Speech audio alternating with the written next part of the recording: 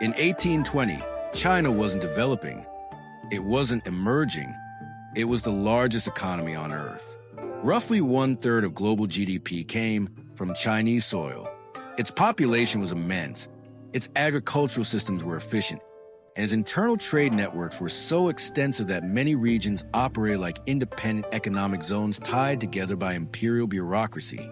Europe, by comparison, was industrializing but still catching up in scale. Then, within a single century, China collapsed from global center to geopolitical victim. By 1900, foreign powers controlled Chinese ports. European gunboats patrolled Chinese rivers. Japan had defeated it militarily.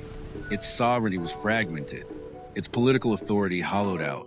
And yet, by the early 21st century, China reemerged not just as a stable state, but as a systemically organized industrial machine capable of rivaling the United States. This is not just economic growth. This is civilizational recalibration. The Opium Wars were not just military defeats. They were technological reality checks. Britain deployed steam-powered warships and industrial weapons against a Qing military still structured around traditional formations. The imbalance wasn't subtle. It was structural. When China lost, it didn't just sign peace treaties. It signed unequal treaties. Foreigners gained extraterritorial rights, meaning they were not subject to Chinese law while inside China. Entire port cities became foreign-controlled enclaves. Tariff autonomy was lost. Hong Kong was ceded. This period becomes known internally as the Century of Humiliation. And that phrase matters, because modern Chinese political identity is still shaped by it. The collapse of imperial confidence triggered massive internal rebellions. The Taiping Rebellion alone resulted in an estimated 20 to 30 million deaths, a civil war larger than many 20th century conflicts. The Qing state survived, but it was exhausted. Reform attempts came too late. Industrial modernization lagged behind Japan, which rapidly adopted Western models after 1868. In 1895, Japan defeated China decisively. For a civilization that had seen itself as a regional center for centuries, that defeat was existential. By 1911, the Qing dynasty fell. China entered the modern era fractured. If you think China's rise happened overnight, you're about to see how 50 years of discipline rewired a civilization. Subscribe, because this story doesn't stop at growth. It turns into rivalry. The early republic period was unstable not because of ideology, but because of fragmentation. Regional warlords controlled provinces like private armies. Railways, taxation, and trade were inconsistent across regions. Central government authority was nominal. Then Japan returned. In 1937, full-scale invasion began. The Second Sino-Japanese War devastated infrastructure, industry, and population. Major cities were bombed. The Nanjing Massacre became a symbol of wartime brutality. China lost an estimated 15 to 20 million people during World War II. When the war ended in 1945, there was no clean recovery period. Civil war between nationalists and communists resumed almost immediately. By 1949, Mao's Communist Party secured control. China was unified again, but economically ruined. Mao understood something fundamental. Without central authority, China would fracture again. So his first achievement was consolidation. Land reform dismantled landlord structures. Private industry was absorbed. Political opposition was neutralized. Regional autonomy was eliminated. The state became dominant. However, economic strategy under Mao was driven by ideology rather than market logic. The Great Leap Forward aimed to compress industrial development into years rather than decades. Steel production targets were inflated. Communes replaced traditional farming households. Reporting systems incentivized exaggeration.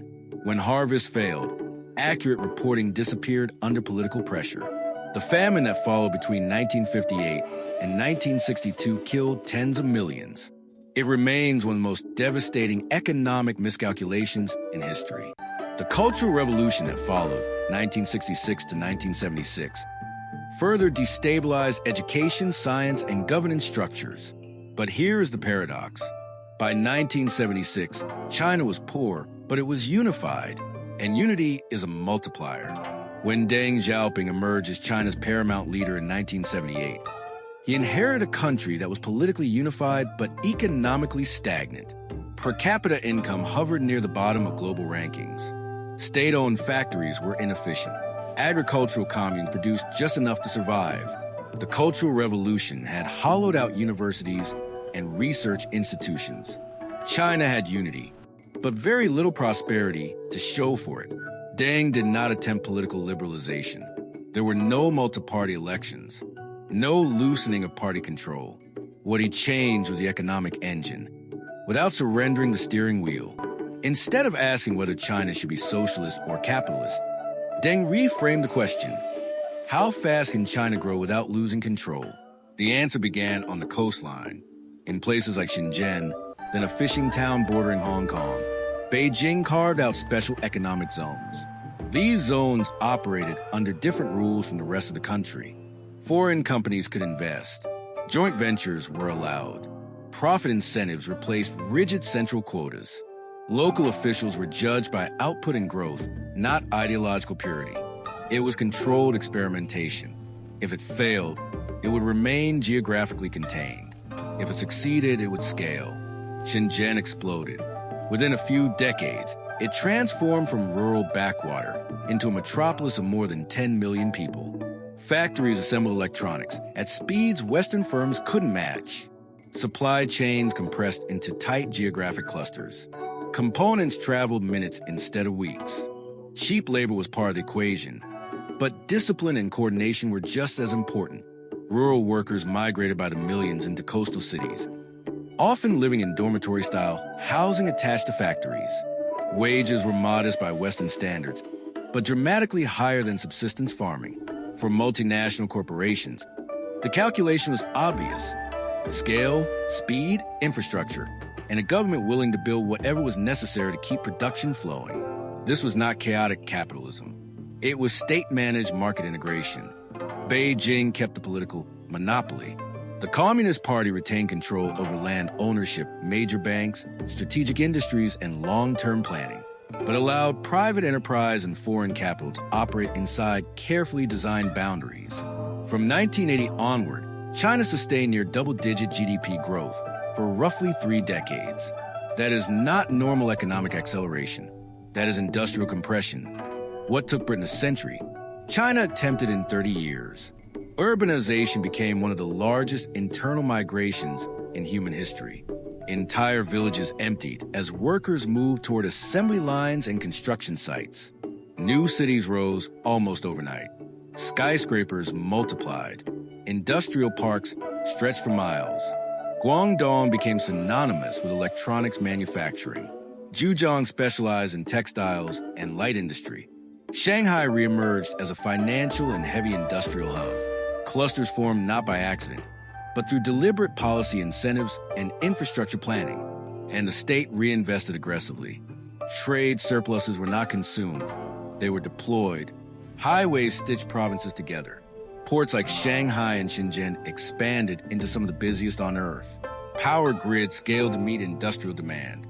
Telecommunications networks rolled out nationwide. The country became physically integrated at speed. The Three Gorges Dam on the Yangtze River embodied this mindset. It was not just about hydroelectric power.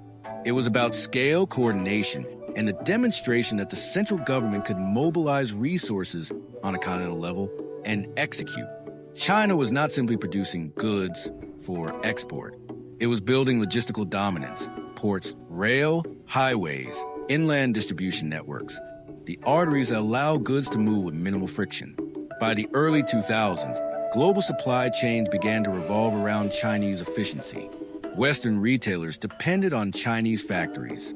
Tech companies relied on Chinese assembly plants. Shipping lanes adjusted accordingly. This wasn't accidental globalization. It was orchestrated integration. Participation in global capitalism without surrendering political control. The result was compounding momentum. The larger the manufacturing base became, the more suppliers clustered nearby. The more suppliers clustered, the cheaper and faster production became. The cheaper and faster production became, the more global firms shifted operations to China. Scale reinforced scale. And Beijing never let go of the steering wheel. When Deng Xiaoping took control in 1978, he did not democratize China. He recalibrated it, instead of abandoning state authority. He reoriented it toward economic output. Special economic zones in Shenzhen, Zhuhai, and other coastal cities allowed foreign investment and export-oriented production. Labor was cheap. Infrastructure was state-supported. Regulations were flexible within designated zones. China became attractive to multinational corporations seeking scale and cost efficiency. This was not accidental development.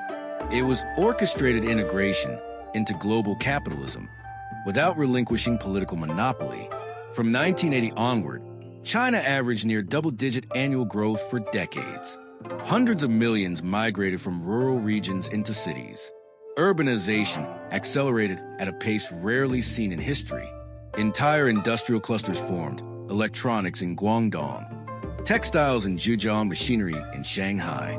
The state reinvested trade surpluses into infrastructure, highways, ports, dams, power grids, telecommunications. The Three Gorges Dam alone symbolized both engineering ambition and centralized capacity. China wasn't just producing goods. It was building logistical superiority. Scale is China's advantage. A domestic market of 1.4 billion people allows experimentation and industrial testing internally before exporting globally. When China joined the World Trade Organization in 2001, it integrated fully into global trade architecture. Supply chains reorganized rapidly. Western economies became dependent on Chinese manufacturing capacity. At the same time, China invested in education, particularly STEM fields. Universities expanded engineering output. Research and development spending climbed steadily. By the 2010s, China was not just assembling foreign technology. It was filing patents, developing telecom giants, leading renewable energy production, building the largest high-speed rail network in the world, from workshop to competitor. Since 2012, Xi Jinping has emphasized party control across economic sectors. Private companies remain powerful, but aligned with state objectives. The Belt and Road Initiative extended infrastructure financing to dozens of countries, increasing Chinese influence through ports, railways, and energy projects. Military spending modernized naval capabilities, including aircraft carriers and anti-access missile systems. Technology self-sufficiency became national priority, particularly in semiconductors and artificial intelligence. This is not expansion through colonization. It is expansion through economic entanglement and infrastructure leverage. But rise introduces new constraints. An aging population reduces labor force growth. Property market instability threatens household wealth. Export reliance meets geopolitical resistance. Trade friction with the United States escalates. China is no longer climbing rapidly upward. It is managing momentum at scale. The next stage of its rise will be defined not by factory construction, but by innovation, demographic adjustment, and geopolitical balance. China's modern rise cannot be separated from its memory of humiliation. The 19th century collapse is not ancient history within political narrative. It is active reference. The state's emphasis on sovereignty, territorial integrity, and centralized authority stems from a century where fragmentation invited exploitation. China did not rise because of sudden awakening. It rose because collapse forced restructuring.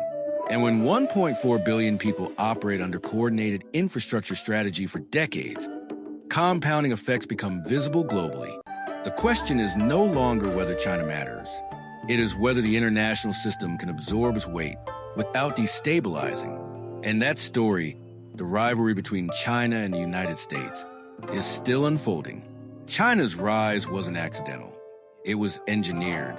And now the question isn't whether it matters. It's what happens when two superpowers collide. Subscribe. Next episode, we break down the U.S.-China rivalry.